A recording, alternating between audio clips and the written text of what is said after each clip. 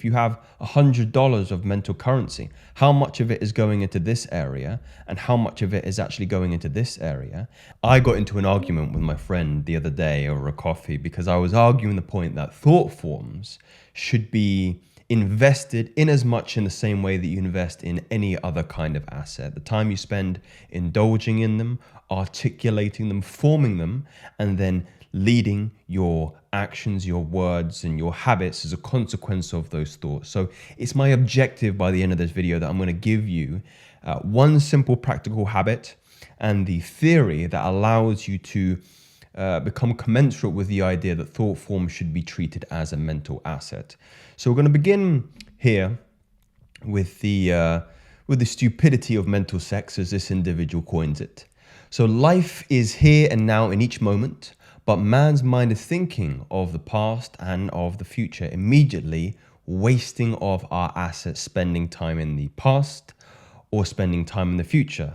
I like to say if you're spending time in the past, you're in depression. If you're in the future, you're in anxiety. The present is where the only real life exists. When the mind is thinking of sex, it is thinking of those sexual experiences which have already happened in the past, or is imagining those which may or will happen, or which are longed for. When the mind is occupied like this, lost in the past or the future, the sexual energy is not affected, but the psychic energy I talked about is destroyed. Sexual energy will certainly be destroyed in the lovemaking process, but psychic energy is destroyed even while thinking. So just thinking of sex or imagining it directs energy downwards. This is an innovation of the nervous system and then the endocrinology. By simply thinking about sexual pleasure of the past and the future, not a particle of energy will be lost by the body. But it is enough to destroy the psychic energy. The mental, psychic energy is bound to be destroyed, and this is real energy. In sexual relations, only a few of the body's cells are lost, but in this cerebral intercourse, enormous mental energy is lost. One day the body will die. It is not worth thinking about, but the important question is of this mental energy, which remains with you into your next birth. Therefore, I say that whoever lives from moment to moment, not thinking of sexual pleasures of the past or of the future, whoever really lives from moment to moment preserves this mental energy. One more interesting thing to remember: if you worry less about the past and the future, only concern yourself with what is right in front of you, plunge yourself deep into it and live it, there will be less tension in your life. The less tension, the less need there will be for this particular outlet. The more tension, the more need for sex, because then sex begins to work as relief. It functions to dilute the tension so a person is as sexual as he is anxious. People have made the connection before that this physical lovemaking process is a cathartic kind of experience, and there is a releasing of nervous tension here. And the problem with the thought forms in indulging these particular patterns is that you're innervating the nerves around the pelvic floor without the physiological release of that tension, but you're losing the Shakti presence of sexual energy. There's an interesting comparison between the more anxious and worried a society, the more sexual it becomes, as is the case in Western culture.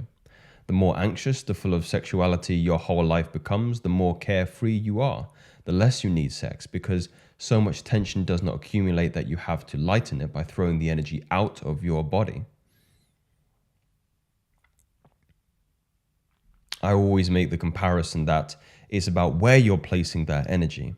There is tension in the usual sense, frustration, perhaps you can understand it in a more colloquial term, but you can transmute that energy for higher cognitive performance, higher spiritual development, and actually act on the foundation of the spiritual platform, as Rudolf Steiner said. Living in the present makes one free of tension. Be a person who, when he digs a hole in the garden, just digs a hole. When he eats, is engrossed with eating. When he sleeps, he just sleeps. When he's in the office, he only is just in the office, etc., etc. I think the main point here is that being lost in thought forms typically comes from a place where you're unsatisfied with the present moment.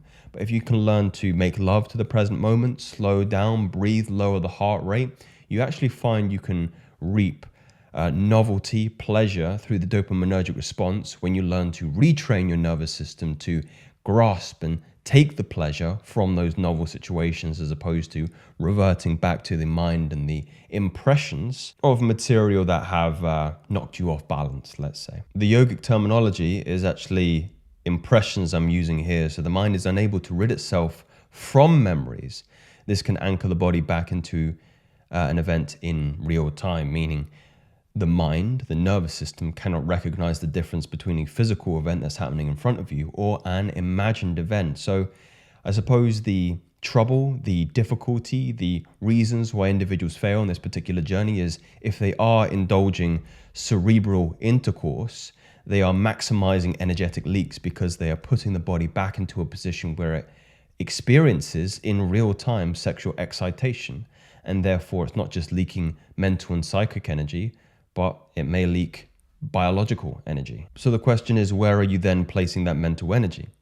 I draw this brief little diagram here that kind of delineates what you classify as mental leakage through pranic energy being flowed through this particular path, lustful fantasies, previous impressions, social media triggers, not focusing on the breath. So herein lies the practical application that I would have you do that's very simple. It's right in front of your nose, pardon the pun, that allows you to stop feeding into these mental leakage patterns here. Some of the other ones that are very, very challenging are social media triggers. If you're not minimizing your exposure to Instagram, to TikTok, to even Facebook, I think you're doing yourself a disservice, and you'll find that success on the journey is more fleeting to you.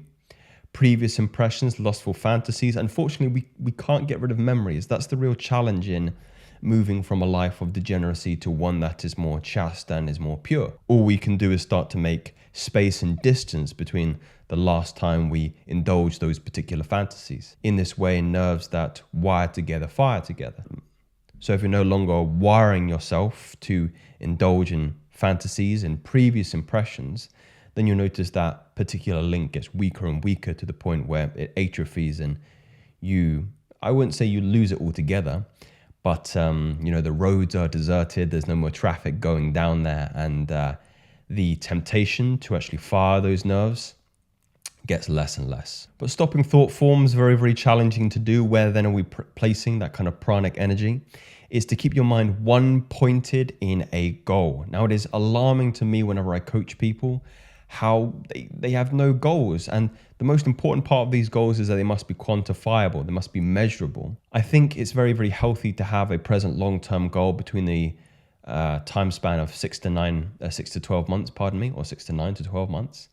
Physical goals and pursuits, spiritual goals such as guidance and manifestation. I think the rationale for most of this is if you don't have a target to aim for, then you're going to miss 100% of the time. And one of the most simplest but leverage provoking things you can do with your time right now is just get very clear on a quantifiable goal in that particular time span. It might be that you want to move out your parents' house.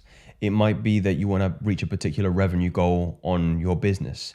Perhaps you're using social media to create your business. Maybe you want to hit a particular follow count. Maybe you don't have that many friends. Maybe you would like to make at least 1 or 2 new friends in the space of 30 days. The universe and even your subconscious mind starts to collude with you to achieve your goals once you get very, very clear on what they are.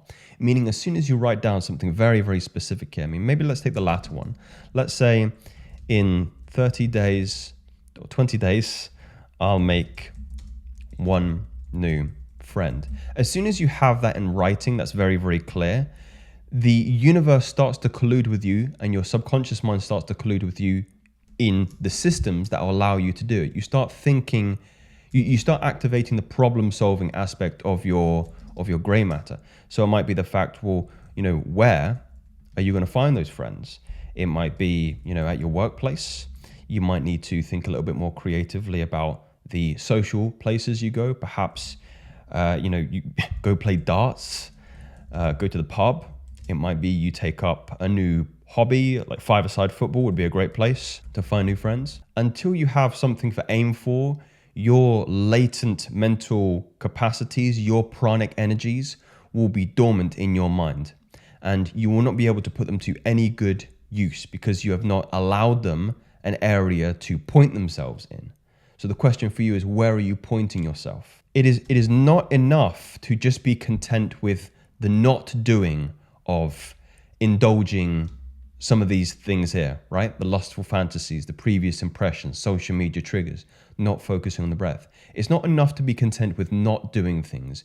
You have to then give yourself into a new direction, right? Find a different way to move this pranic energy into a new area.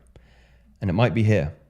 And mind maps might be a tremendous way to start doing this, meaning when you've got clear on this quantifiable, goal, one friend in 20 days, you can start creating different systems in order to achieve that particular goal. And for those of you who are definitely going to ask, I'm using obsidian here. So gentlemen, very, very simple, easy message here today. It's where are you placing your assets? Where are you placing if your pranic field is something that you can physically see, you can tangibly measure, you can weigh it, you can scale it, you can count it. How much of it is, if this is a currency, maybe, if you have $100 of mental currency, how much of it is going into this area and how much of it is actually going into this area? And then as a consequence of that, into the systems using to synthesize these particular outcomes here. Really something to meditate today, my friends. These aren't theories, these are facts. Speak soon.